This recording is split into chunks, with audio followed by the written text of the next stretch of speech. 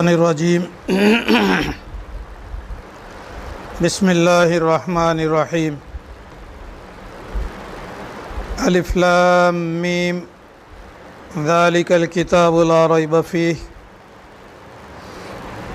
ھدی للمتقین الذین یؤمنون بالغیب ویقیمون الصلاة ومما رزقناہم ینفقون والذین یؤمنون بما انزل الیک وما انزل من قبلک وبالآخرۃ هم یوقنون اولئک علی ھدی من ربہم واولئک هم المفلحون ان الذین کفروا سواء علیہم اانذرتهم ام لم تنذرهم لا یؤمنون ختم اللہ علی قلوبہم وعلی سمعہم وعلی ابصارہم غشاوہ ولہم عذاب عظیم صدق اللہ العظیم۔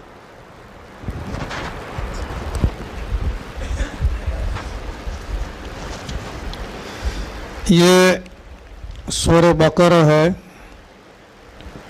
سورۃ البقرۃ مدنیۃ،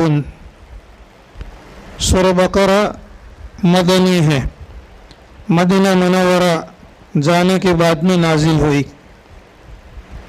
اس سے پہلے ترتیب کے اعتبار سے اللہ تبارک و تعالی نے قرآن پاک کی جو ترتیب عثمانی ہے اس کے اعتبار سے سورہ بقرہ سے پہلے سورہ فاتحہ ہے۔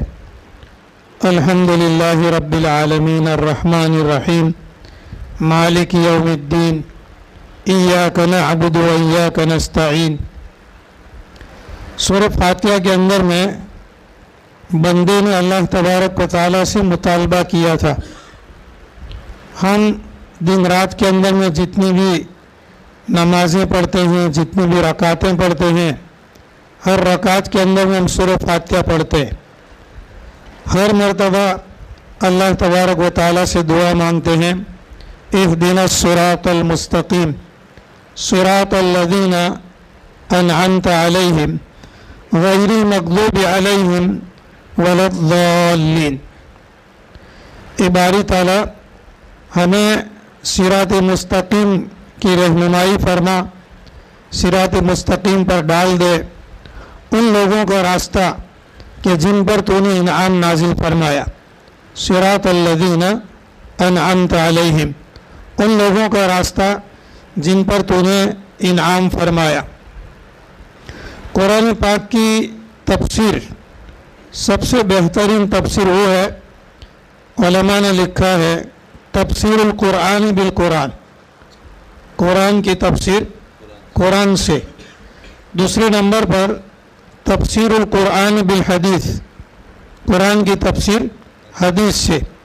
پھر اس کے بعد میں اقوال صحابہ ہے، اقوال تابعین ہے، اقوال تبع تابعین ہے، مفسرین ہے، محدثین ہے، ان کے اقوال سے تفسیر کی جائے وہ الگ بات ہے۔ سب سے پہلا جو درجہ ہے تفسیر کا، تفسیر القرآن بالقرآن، صراط الذین انعمت علیہم کی تفسیر میں اللہ تبارک و تعالیٰ خود فرماتے ہیں الذین انعم اللہ علیہم، وہ لوگ کہ جن پر اللہ تبارک و تعالیٰ نے انعامات نازل فرمائے، من النبیین والصدیقین والشہداء والصالحین۔ ان چار قسم کے لوگوں کا اللہ تبارک و تعالیٰ نے تذکرہ فرمایا۔ ہم راستہ اللہ تبارک و تعالیٰ سے طلب کرتے ہیں، نبیوں والا راستہ، صدیقین والا راستہ، شہداء والا راستہ اور صالحین والا راستہ۔ اہدنا الصراط المستقیم کے اندر میں ہم یہ اللہ تبارک و تعالیٰ سے راستہ طلب کرتے، صراط الذین انعمت علیہم غیر المغضوب علیہم ولا الضالین، ان لوگوں کا راستہ نہیں جن پر غضب نازل کیا گیا۔ مغضوب علیہم جو ہے دنیا کے اندر میں یہ یہود قوم ہے، اللہ تبارک و تعالیٰ نے ان پر غضب نازل فرمایا، اور اس کی وجہ قرآن پاک نے خود بیان فرمائی ہے کہ وہ اپنے زمانہ کے انبیاء علیہ السلام کو قتل کرتے تھے. ایک ایک دن کے اندر میں کئی انبیاء علیہ السلام کو انہوں نے قتل کیا، جس کی وجہ سے اللہ تعالیٰ کا غضب ان کے اوپر میں نازل ہوا اور ہمیشہ کے لیے وہ اللہ کے غضب کے اندر میں ہو گئے. غیر المغضوب علیہم، ان لوگوں کا راستہ نہیں کہ جن پر غضب نازل کیا گیا، ولا الضالین، اور ان لوگوں کا راستہ نہیں کہ جو گمراہ ہو گئے. ضالین سے مراد نصارہ ہے، عیسائی اور کرسچن ہیں. تو گویا ہم نے سورہ فاتحہ کے اندر میں یہ جو نبیوں والا راستہ مانگا، صدیقین والا راستہ مانگا، شہداء والا راستہ مانگا اور صالحین والا راستہ مانگا، اس کے جواب کے اندر میں اللہ تبارک و تعالیٰ نے ہمارے اور آپ کے لیے یہ پورا قرآن پاک عطا فرمایا. یہ پورا قرآن الف لام سے لے کر کے سورہ ناس تک یہ اس کے اندر میں رہنمائی ہے، اس کے اندر میں قوانین الہی ہے، اور اس کے اندر میں اولین کا اور آخرین کا تذکرہ ہے. اللہ تبارک و تعالیٰ کے علم ازلی کا تذکرہ ہے اور علم ابدی کا تذکرہ ہے. دنیا کے وجود میں آنے سے پہلے، آدم علیہ السلام کی پیدائش سے پہلے کیا تھا، ان تمام چیزوں کا تذکرہ ہے.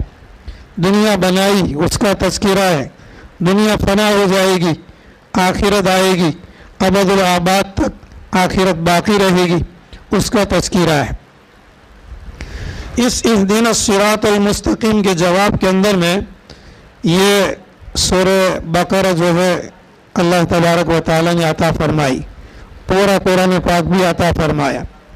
سورۃ البقرہ مدنیۃ، سورہ بقرہ مدنیہ ہے.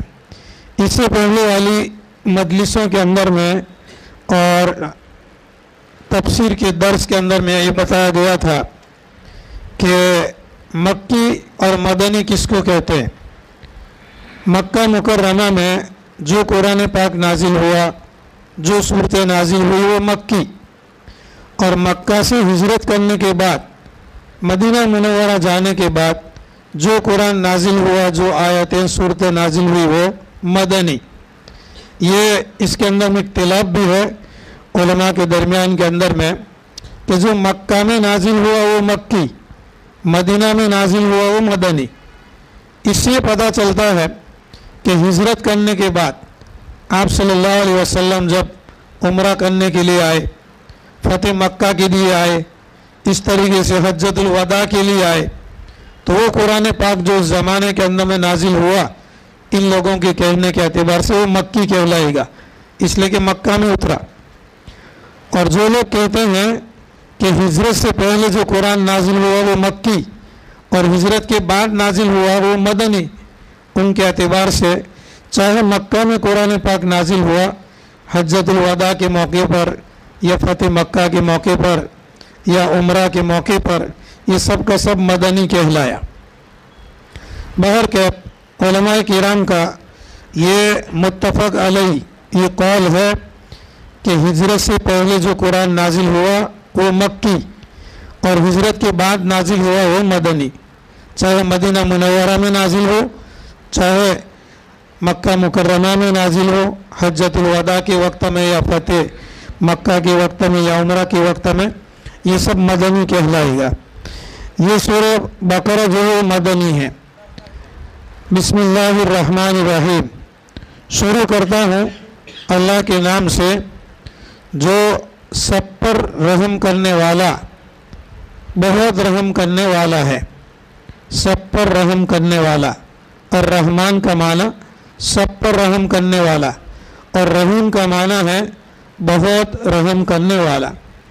عام طور پر ہمارے یہاں بسم اللہ کا جو ترجمہ کیا جاتا ہے، شروع کرتا ہوں اللہ تعالیٰ کے نام سے جو بڑا مہربان نہایت رحم کرنے والا ہے. یہ ہمارے یہاں ترجمہ کرتے، رحمان کا ترجمہ شروع کرتا ہوں اللہ تعالیٰ کے نام سے جو بڑا مہربان اور نہایت رحم کرنے والا ہے. رحمان کا جو صیغہ ہے، لفظ ہے، یہ اسم مبالغہ کا ہے، اور رحیم کا جو سیغہ ہے عربی گرامر اور ویاکرن کے اعتبار سے یہ اس میں صفت کا سیغہ ہے۔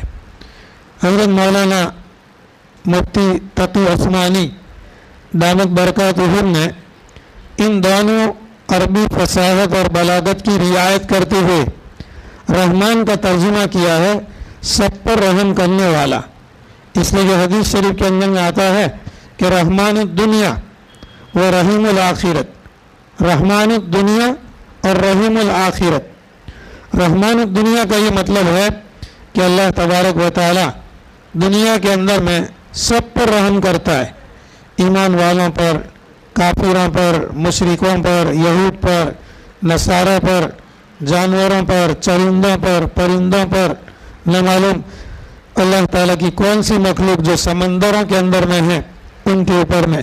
تو رحمان کا معنی ہے بہت رحم کرنے والا، سب پر رحم کرنے والا۔ رحمان کا معنی سب پر رحم کرنے والا، اور چونکہ آخرت کے اندر میں صرف اللہ تبارک و تعالیٰ ایمان والوں کے اوپر میں رحم فرمائے گا اور بہت زیادہ رحم فرمائے گا آخرت کے اندر میں، اس لیے رحیم کا ترجمہ کرتے ہیں بہت زیادہ رحم کرنے والا۔ شروع کرتا ہوں اللہ تعالیٰ کے نام سے جو سب پر رحم کرنے والا ہے، بہت زیادہ رحم کرنے والا ہے۔ الف لام میم ذالک الکتاب لا ریب فیہ۔ الف لام میم یہ حروف مقطعات میں سے کہلاتے ہیں۔ حروف کے مقطعات، ٹوٹے ہوئے، کاٹے ہوئے حروف، الف، لام اور میم، یہ تین حرف ہیں۔ نیکی کے اعتبار سے الف ایک حرف ہے، لام ایک حرف ہے، میم ایک حرف ہے۔ ہر حرف کے پڑھنے کے اوپر میں 10 نیکیاں ملتی ہیں۔ حدیث شریف کے اندر میں بھی آتا ہے، نبی کریم صلی اللہ علیہ وسلم نے اسی کی مثال دی ہے کہ الف لام میم ایک حرف نہیں ہے، بلکہ الف الگ ہے، لام الگ ہے اور میم الگ ہے۔ یہ حروف مقطعات ہے۔ حروف مقطعات کے بارے میں بہت سے علماء کرام نے لکھا ہے کہ یہ اللہ اور اس کے رسول کے درمیان کے اندر میں بید ہے، اللہ ہی جانتا ہے اور اس کا رسول ہی جانتا ہے، اور اس کے متعلق جو علوم ہے، جو علم ہے، ایسے علوم ہیں کہ جس کی ضرورت لوگوں کو نہیں تھی، امت کو نہیں تھی، اس لیے نبی کریم صلی اللہ علیہ وسلم نے اس کی معلومات لوگوں کو نہیں بتائی اور اس کا علم لوگوں کو نہیں بتایا۔ اسی لیے جمہور علماء اور مفسرین کا یہ کہنا ہے کہ اللہ اعلم بمرادہ، اس کی مراد کو اللہ تبارک و تعالی ہی سب سے زیادہ جانتا ہے۔ دوسری بات یہ ہے کہ حروف مقطعات کے اندر میں یہ تحدی ہے، چیلنج ہے۔ چیلنج کا مطلب یہ ہے کہ جب قرآن پاک نازل ہوا تو بہت سے لوگوں نے یہ کہا کہ یہ محمد صلی اللہ علیہ وسلم پہاڑ کی طرف جاتے اور وہاں ان کا کوئی استاد ہے، معلم ہے جو ان کو سکھلاتا ہے، اور یہاں آ کر کے پھر یہ لوگوں کو بتلاتے ہیں۔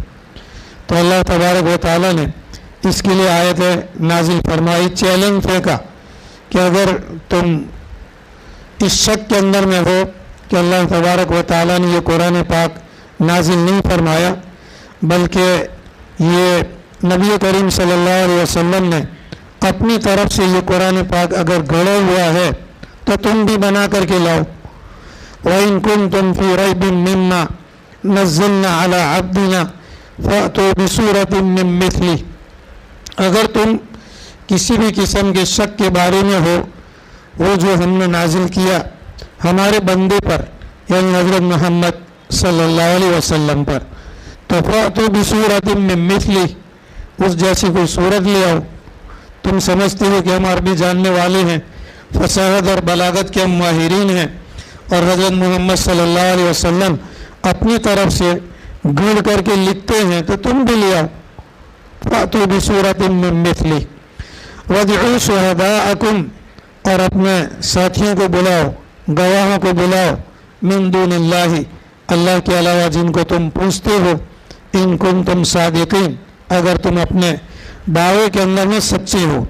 उनका दावा था कि ये कुरान पाक मनगढ़ंत किताब है, नाउज़ुबिल्लाह। हज़रत मोहम्मद सल्लल्लाहु अलैहि वसल्लम ने अपनी तरफ से गुण रखी है। तो अगर तुम अपने दावे में सच्चे हो तो ले आओ। फ़इल्लम तफ़अलू वलन तफ़अलू, फिर अगर तुम ऐसा न कर पाओ, वलन तफ़अलू, और हम कहते हैं कि तुम हरगिज़ नहीं कर पाओगे, फ़त्तकुन नार अल्लती वक़ूदुहा अन्नास वल हिजारा, तो डरो उस आग से कि जिसका ईंधन लोग और पत्थर होंगे, उइद्दत लिल काफिरीन, कि जो जहन्नम काफिरों के लिए तैयार की गई है। अल्लाह तबारक व तआला ने इससे पहले कुरान जैसा लाने का चैलेंज फेंका था, लोग नहीं ला पाए। तो फिर अल्लाह ताला ने सूरत का चैलेंज फेंका कि सूरत ले आओ, 10 सूरतें ले आओ, फिर एक सूरत, फिर उसके बाद में एक आयत का चैलेंज फेंका कि एक आयत ले आओ। तो नहीं ला पाए तो अल्लाह तबारक व तआला ने इस अलिफ लाम मीम के अंदर में चैलेंज फेंका हुआ है। इसके अंदर में चैलेंज ये है कि पूरा कुरान पाक 28 हुरूफ के ज़रिए से लिखा गया। अलिफ बा ता सा जीम हा खा दाल, ये पूरे 28 हुरूफ है अरबी के अंदर में।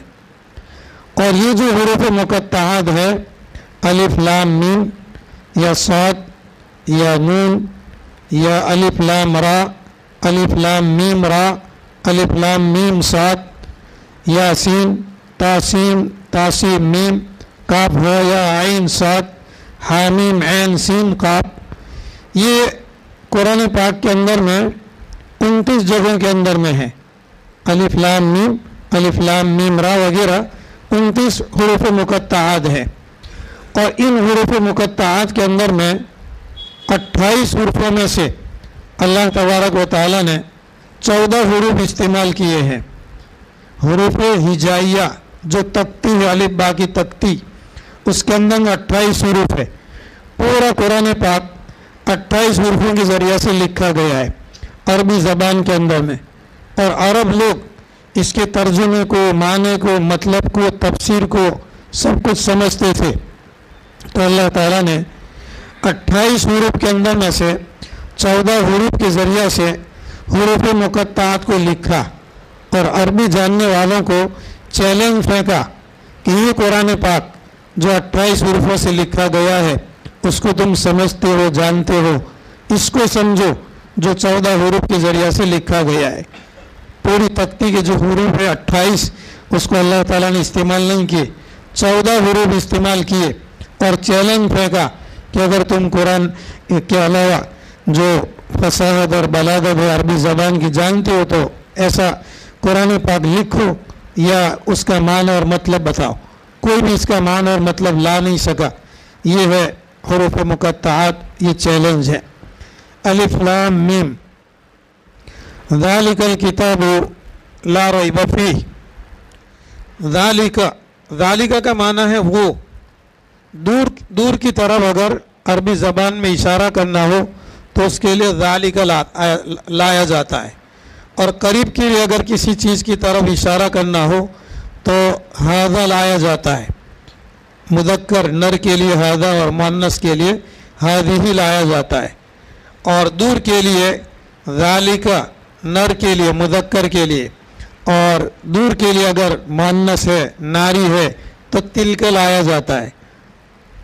यहाँ पर अल्लाह तबारक व तआला ज़ालिका लाए, ज़ालिका से इसमें इशारा किया जाता है इससे दूर की तरफ कि वो किताब नहीं है, किताब हमारे सामने है।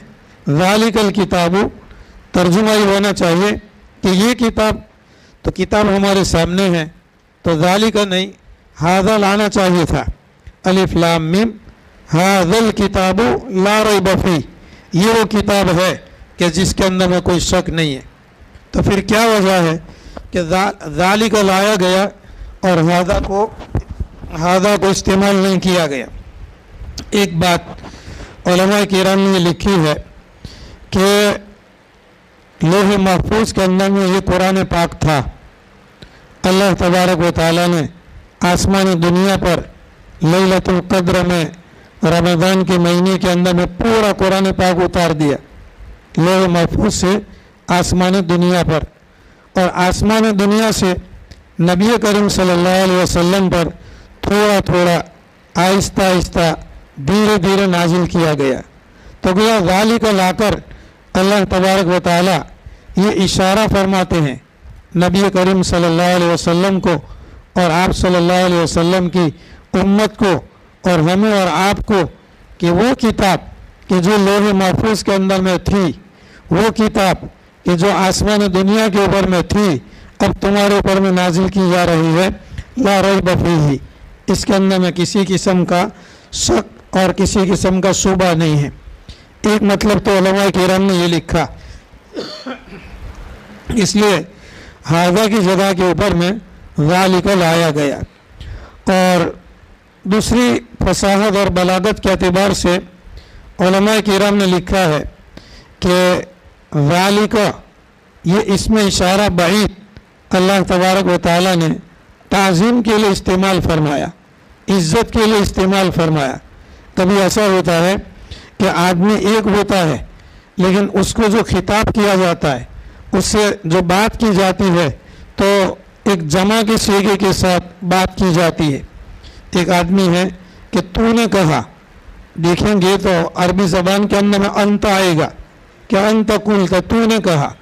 अगर दो हैं तो कहेंगे अंतुमा कुलतुमा, तुम दोनों ने कहा। या अगर बहुत सी जमात है तो अंतुम कुलतुम कहा जाएगा, तुम सब ने कहा। ये अंतुम कुलतुम, तुम सब ने कहा, ये लफ्ज़ और जो जुमला है एक जमात के लिए इस्तेमाल किया जाता है, 3 से ज़्यादा, हज़ारों के लिए, लाखों के लिए। लेकिन कभी आदमी काबिल एहतराम होता है, काबिल इज़्ज़त होता है, बड़ा होता है, तो उसके लिए अंत का लफ्ज़ इस्तेमाल नहीं करते, उसके लिए भी अंतुम का लफ्ज़ इस्तेमाल करते हैं ताज़ीम के लिए। इसी तरीके से अल्लाह तबारक व तआला ने हाज़ल किताब की जगह पर ज़ालिकल किताब ताज़ीम के लिए अल्लाह ताला ने इस्तेमाल फरमाया। ज़ालिकल किताबु ला रैब फीह, ये वो किताब है कि जिसके अंदर में कोई शक और शुबा नहीं है। बकरतुन, सूरतुल बकरती, बकरतुन गाय को कहते हैं, और इसके अंदर में कोई गाय के अहकाम नहीं है। सिर्फ मूसा अलैहिस्सलाम के ज़माने के अंदर में किस्सा पेश आया था, जो आगे हम जब वक्त आएगा तो तफसील के साथ में बताएंगे। बनी इसराइल को गाय ज़बाह करने के लिए हुक्म दिया गया था। कोई मर्डर हो गया था और उसका कातिल मानने वाला पता नहीं चलता था कि कौन है। हज़रत मूसा अलैहिस्सलाम के पास में लोग आए, हज़रत मूसा अलैहिस्सलाम ने अल्लाह ताला से दुआ की, बातचीत की, तो अल्लाह ताला ने हुक्म दिया कि गाय ज़बाह करो और उसका एक गोश्त का टुकड़ा मय्यत के ऊपर में मारो, फेंको, तो मय्यत बोलेगा कि मुझे फलाने आदमी ने कत्ल किया, फिर बाद में मर जाएगा। ये मसला था। लेकिन पूछते पूछते जो है वो बनी इसराइल ने गाय को बहुत बड़ा कर दिया। वो किस्सा आएगा तफसील के साथ में आगे। ये बनी इसराइल के ज़माने में जो किस्सा पेश आया था वो किस्सा गाय का था, इसीलिए इस सूरत और वो किस्सा इस सूरत के अंदर में जिक्र किया गया, इसलिए उस सूरत का नाम सूरह बकरा रखा गया। वरना इसके अंदर में गाय के अहकाम या गाय के मसाइल वगैरह कुछ भी नहीं। बहुत से वर्कशॉप के अंदर में डिंगे मारने वाले मारते हैं कि हमारे कुरान के अंदर में भी गाय माता जी का तज़किरा है। माता जी है ही नहीं, न माता जी का न बापू जी का, गाय का तज़किरा है। किस्सा है सिर्फ किसका? बनी इसराइल की गाय का। इसीलिए कोई आदमी को अगर कोई बात कही जाए कि इतना कर डालो तो मामूली सा काम होता है, लेकिन फिर पूछे कि अगर ऐसा ना हो, वो आदमी ना मिले, वहाँ जाओ दुकान बंद हो जाए, वहाँ जाओ ऑफिस बंद हो जाए, तो शर्तें बढ़ती जाती है। इसी तरीके से बनी इसराइल ने शर्तों को बढ़ाया और कैदों को बढ़ाया। आखिर के अंदर में ऐसी गाय खरीदी, एक पलड़े के अंदर में गाय और दूसरे पलड़े के अंदर में सोना, सोना की बार और सोना की वजन गाय को खरीदा। इस गाय का तज़किरा अल्लाह ताला ने सूरत के अंदर में जिक्र फरमाया है, इसलिए सूरत का नाम है सूरह बकरा। मदनीयतुन, ये मदनी है। मदनी का मतलब ये है कि हिजरत के बाद भी ये नाजिल हुई। ये नाजिल होने के एतबार से 27वें नंबर की आयत है। पहले नंबर पर इक़रा बिस्मि रब्बिकल लज़ी खलक़ नाजिल हुई थी, नाजिल होते होते मदीना मुनव्वरा जब आप सल्लल्लाहु अलैहि वसल्लम पहुँचे तो 83 सूरतें मक्का मुकर्रमा के अंदर में नाजिल हो चुकी थी। 83 सूरतें मक्का मुकर्रमा में नाजिल हो चुकी थी। मदीना मुनव्वरा जाने के बाद बाकी जो सूरतें वो नाजिल हुई। तो 83 के बाद 84, 85, 86 और ये सूरह बकरा ये 87 नंबर पर है। अल्लाह तबारक व तआला ने मदीना मुनव्वरा जाने के बाद में ये नाजिल फरमाई और काफ़ी अरसे तक ये नाजिल होती रही। उलमा और मुफस्सिरीन ने लिखा है कि मदीना मुनव्वरा की हिजरत करने के बाद ये आयत ये सूरह बकरा नाजिल होना शुरू हुई। आप सल्लल्लाहु अलैहि वसल्लम फतेह मक्का के मौके पर आए तो भी कुछ आयतें मक्का मुकर्रमा में इसमें नाजिल हुई। हज्जतुल वदा के वक्त के अंदर में आए तो भी कुछ आयतें इसकी नाजिल हुई। और उम्रा करने के लिए आए तो कुछ आयतें अल्लाह तबारक व तआला ने इस सूरत के अंदर में नाजिल फरमाई। तो ये मदनी है। मदीना मुनव्वरा जाने के बाद अल्लाह तबारक व तआला ने इसको नाजिल फरमाया।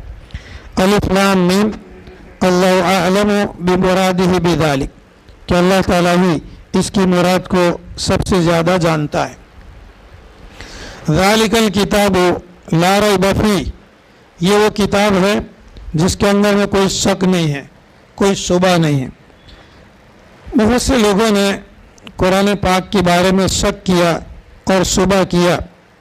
उलमा ने लिखा है कि शक जो पैदा होता है या तो सामने वाले की किताब में होता है या सामने वाले की बात में होता है, या शक जो पैदा होता है आदमी के जहन के अंदर में नासमझ होने की वजह से पैदा होता है। ये कुरान पाक एक ऐसी किताब है कि इसके अंदर में किसी किस्म का शक नहीं है। लोगों ने अपने जहन के एतबार से इस किताब को मन गढ़ंत माना और इसके अंदर में शक पैदा किया, इसलिए सबसे पहले अल्लाह तबारक व तआला ने इसकी नफ़ी फरमा दी। ज़ालिकल किताबु ला रैब फीह ये वो किताब है कि जिसके अंदर में किसी किस्म का कोई शक नहीं है। हुदन लिल मुत्तकीन ये तक़वा इख्तियार करने वालों के लिए हिदायत है। इस पर यह सवाल पैदा होता है कि मुत्तकीन हुदन लिल मुत्तकीन मुत्तकियों के लिए ये रहनुमाई करने वाला है, रास्ता बतलाने वाला है। एक आदमी तक़वा इख्तियार कर चुका है उसके लिए क्या रहनुमाई। एक आदमी अपने घर से निकला मस्जिद जाने के लिए, मस्जिद तक पहुंच गया, अब पहुंच जाने के बाद में उसको कौन पहुंचाएगा मस्जिद तक, पहुंच चुका है ये। तो हुदन लिल मुत्तकीन का माना अगर ये करें, तर्जुमा ये करें, ये कुरान पाक हिदायत है मुत्तकियों के लिए। तो मुत्तकी किसको कहेंगे? जो अल्लाह के अहकाम को बजा लाता हो, अल्लाह की नाफरमानी न करता हो, नबी करीम सल्लल्लाहु अलैहि वसल्लम के सुन्नतों को बजा लाता हो, अवामिर की पाबंदी और नवाही से बचता हो, उसको कहा जाता है मुत्तकी। इसलिए उलमा किराम ने इसका तर्जुमा किया कि तक़वा इख्तियार करने वालों के लिए हिदायत है। तक़वा इख्तियार करने वालों के लिए हिदायत है। फिर उसके बाद में अल्लाह तबारक व तआला ने मुत्तकीन की सिफ़ात बयान फरमाई। 5 सिफ़तें अल्लाह तबारक व तआला ने बयान फरमाई। मुत्तकीन कौन है, तक़वा इख्तियार करने वाले कौन हैं? अल्लज़ीना युमिनून बिल गैब ये पहली सिफ़त, व युक़ीमून अस्सलात दूसरी सिफ़त, व मिम्मा रज़क़नाहुम युनफ़िक़ून ये तीसरी सिफ़त, वल्लज़ीना युमिनून बिमा उन्ज़िला इलैका व मा उन्ज़िला मिन क़ब्लिक ये चौथी सिफ़त, व बिल आखिरति हुम युक़िनून ये 5वीं सिफ़त। तक़वा इख्तियार करने वालों की अल्लाह तबारक व तआला ने 5 सिफ़तें बयान फरमाई। पहली सिफ़त अल्लज़ीना युमिनून बिल गैब, तक़वा इख्तियार करने वाले कौन हैं? तक़वा इख्तियार करने वाले वो लोग हैं कि जो ईमान रखते हैं गैब की चीज़ों पर। गैब किसको कहते हैं? गैब अरबी ज़बान के अंदर में कहते हैं मा गाब अनका, जो चीज़ तुझसे छुपी हुई है उसको गैब कहते हैं। नबी करीम सल्लल्लाहु अलैहि वसल्लम ने اللہ کی ذات کے بارے میں معرفت کروائی، اللہ کی صفات کے بارے میں معرفت کرائی، جنت کا تذکرہ کیا، جہنم کا تذکرہ کیا، قبر کا تذکرہ کیا، پل صراط کا تذکرہ کیا، اور نام اعمال اور میدان حشر کا تذکرہ کیا۔ یہ ساری چیزیں ایسی تھیں نبی کریم صلی اللہ علیہ وسلم اگر نہ بتاتے، اللہ کے وجود کی معرفت نہ کراتے، اللہ کی صفات کی معرفت نہ کراتے، تو انسان اپنے عقل کے ذریعہ سے اس کو سوچ نہیں سکتا تھا اور اپنے عقل کے ذریعہ سے اس کو معلوم نہیں کر سکتا تھا۔ تو سب سے پہلے ایمان لانا ضروری ہے غیب کی چیزوں پر۔ اس کے اندر میں ساری چیزیں آ گئی، غیب کی چیزوں کے اندر میں فرشتے بھی آ گئے، اعمال بھی آ گئے، اعمال کا بدلہ بھی آ گیا، جنت بھی آ گئی، جہنم بھی آ گئی۔ اور ہم نے اور آپ نے نبی کریم صلی اللہ علیہ وسلم حضرت محمد صلی اللہ علیہ وسلم کو نہیں دیکھا، پھر بھی ہم آپ کے رسول ہونے کا یقین رکھتے ہیں، اعتقاد رکھتے ہیں، یہ ہمارے لیے غیب کی بات ہو گئی۔ اسی طریقے سے فرشتے اور نامہ اعمال داہنے ہاتھ کے اندر میں جو دیے جائیں گے، ان تمام کے اوپر میں ایمان لانا یہ تقوی کا کام ہے۔ حضرت عمر رضی اللہ تعالیٰ عنہ نے حضرت ابو سعید معلّہ، ایک تو حضرت ابو سعید خدری رضی اللہ تعالیٰ عنہ، وہ نہیں، حضرت ابو سعید معلّہ رضی اللہ تعالیٰ عنہ سے پوچھا کہ تقوی کس کو کہتے ہیں؟ تو حضرت ابو سعید معلّہ رضی اللہ تعالیٰ عنہ نے فرمایا کہ امیر المومنین، کبھی تم نے پیدل راستہ طے کیا، سفر کیا؟ کہا کہ ہاں۔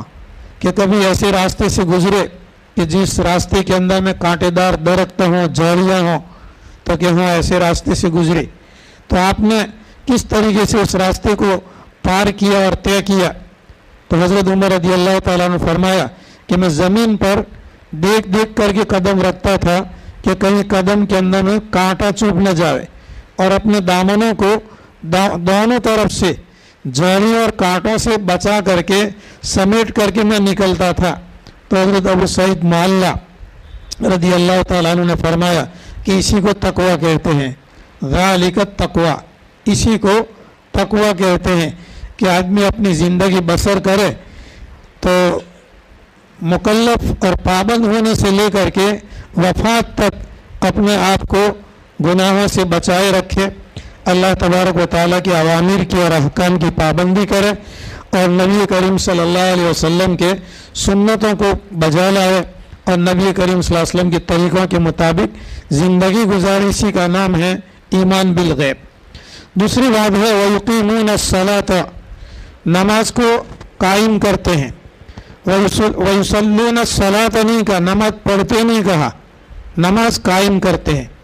علماء کرام نے لکھا ہے، اور جیسا کہ ہمارے جماعت کے ساتھی بھی بار بار ہمارے سامنے یہ بات بیان کرتے ہیں کہ ہماری زندگی کو صفت صلاۃ پر ڈالنا، ہماری زندگی کو صفت صلاۃ پر لانا، صلاۃ یعنی نماز، صفت صلاۃ پر لانے کا مطلب کیا کہ ہم جب نماز پڑھتے ہیں تو اللہ اکبر کہہ کر کے ہاتھ اٹھاتے ہیں، پھر ہاتھ باندھ دیتے ہیں، پھر ہم سجدہ کی جگہ کے اوپر میں نظر رکھتے ہیں، پڑھتے ہیں، پھر رکوع میں جاتے ہیں تو پھر پاؤں کے اوپر میں ہم اپنی نظر کو رکھتے ہیں، پھر اپنے سر کو اٹھاتے ہیں، پھر اللہ اکبر کہہ کر کے سجدے میں جاتے ہیں تو ناک کی طرف ہم دیکھتے ہیں، پھر یہ جلسے کے اندر میں بیٹھتے ہیں، دو سجدوں کے درمیان میں وہاں بیٹھتے ہیں تو گود میں نظر رکھتے ہیں، پھر دوسرا سجدہ کرتے ہیں۔ اسی طریقے سے دوسری رکعت کے اندر میں قائد اولا کے اندر میں بیٹھتے ہیں یا قائد اخیرہ کے اندر میں بیٹھتے ہیں تو اپنی نظر گود کے اوپر میں رکھتے ہیں، پھر جب سلام پھرتے ہیں تو داہنی جانب سلام پھرنے کے وقت میں داہنے کندھے کی طرف دیکھتے ہیں، بائیں جانب میں بائیں کندھے کی طرف دیکھتے ہیں۔ تو ہمارے بدن کے جو اعضاء ہیں، ان تمام اعضاء کو نماز کے اندر میں شروع سے لے کر کے آخر تک اللہ کے حکم کے مطابق ہم اعضاء کو استعمال کرتے ہیں۔ اگر کوئی آدمی نماز پڑھے، اللہ اکبر کہہ کر کے تکبیر تحریمہ کہہ دے اور اس کے بعد میں چلے گا تو نماز فاسد ہو جائے گی، بات کرے گا تو نماز فاسد ہو جائے گی، پیچھے مڑ کر کے دیکھے گا تو نماز فاسد ہو جائے گی۔ صفت صلاۃ کا مطلب یہ ہے کہ جس طریقے سے بندہ نماز کے اندر میں اپنے آپ کو اللہ کے حوالے اور اللہ کے تابع کر دیتا ہے، इस तरीके से बंदा अपनी दूसरी ज़िंदगी के अंदर में बंदा अल्लाह के हवाले कर दे और अपने आप को अल्लाह के ताबे कर दे। इसलिए अल्लाह तबारक व तआला ने फरमाया वयुकीमून सलाता, नमाज को कायम करते हैं, व मिम्मा रज़क़नाहुम युनफ़िक़ून, और उन चीज़ों में से जो हमने उनको दे रखी है उसमें से ये लोग खर्च करते हैं। यहाँ पर नमाज का तज़किरा हुआ और खर्च करने के अंदर में ज़कात का तज़किरा हुआ। दो चीज़ों को अल्लाह तबारक व तआला ने ज़िक्र फरमाया।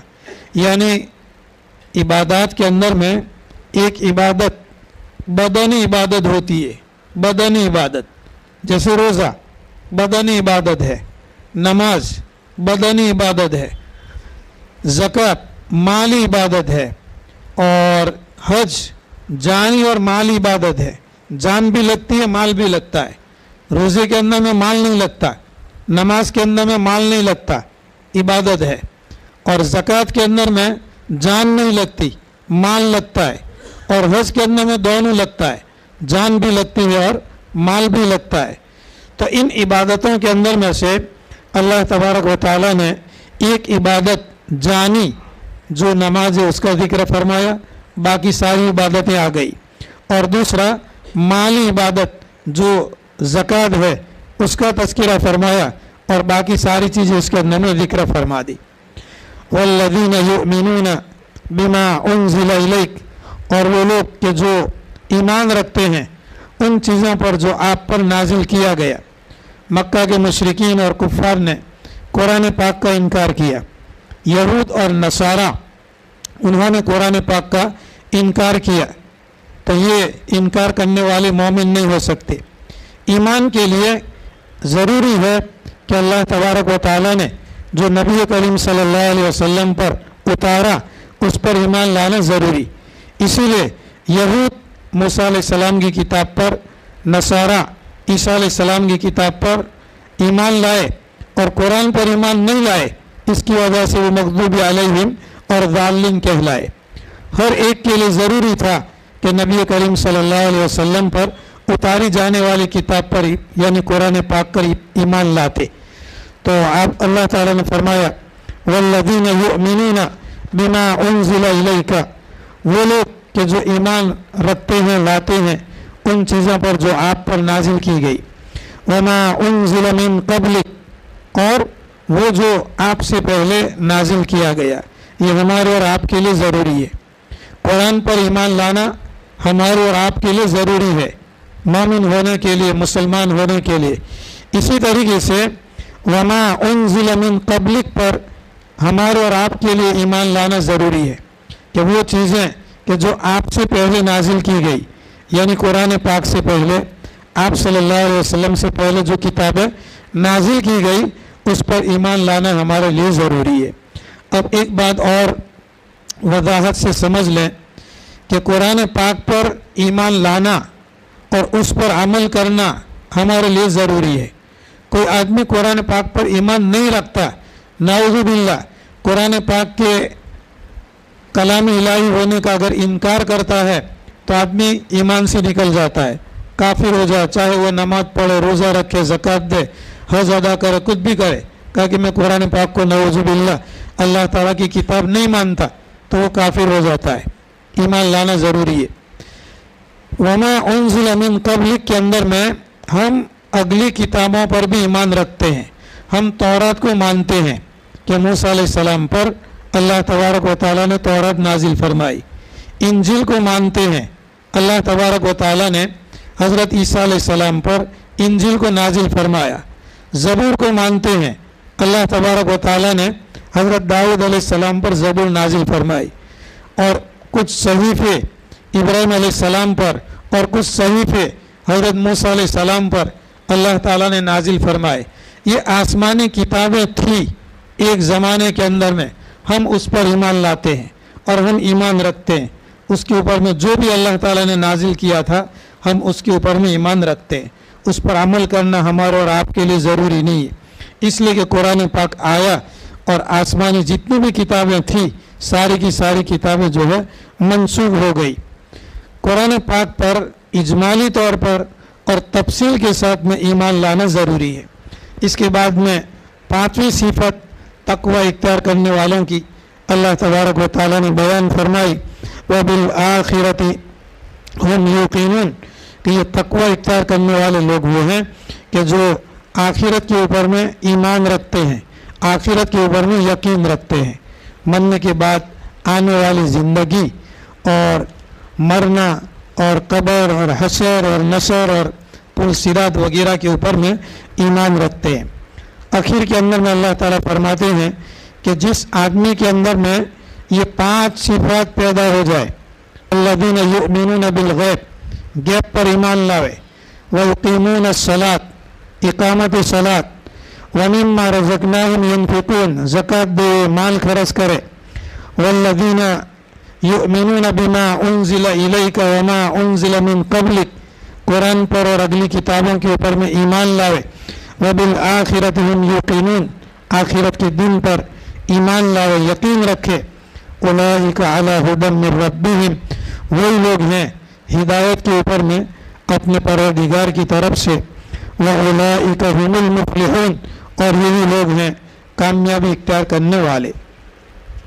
سورہ بقرہ کے شروع کے اندر میں ان 5 آیتوں کے اندر اللہ تبارک و تعالیٰ نے ایمان والوں کا تذکرہ فرمایا۔